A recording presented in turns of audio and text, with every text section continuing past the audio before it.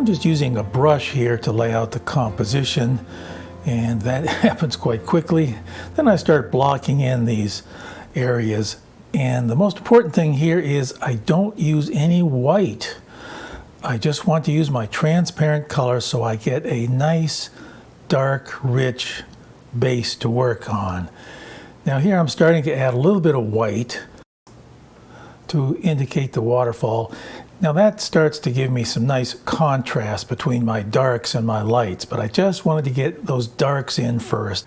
At this point I start to think more about adding color. Everything is very monochromatic.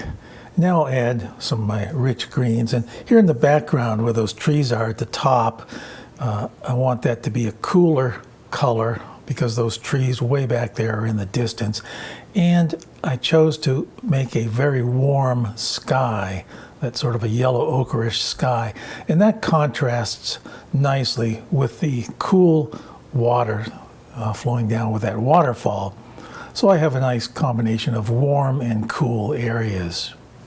Everything has been established at this point, so now is the time that I work with my detail. Now that real rough brushwork to begin with really kind of pays off.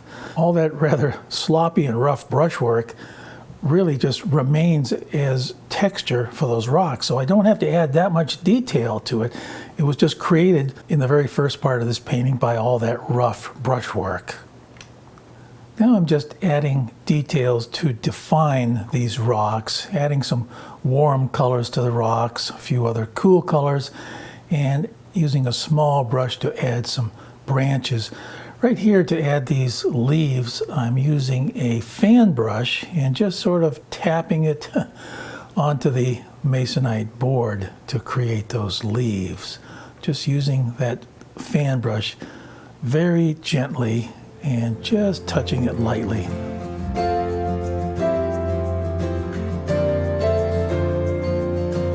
Well, here's the finished painting, and after I thought I was finished with it, I decided to add one more item to the painting, and that's this little bear standing on the waterfall, just to add a little bit of interest to the painting. All right, well, that's it. Thanks for watching. Bye-bye.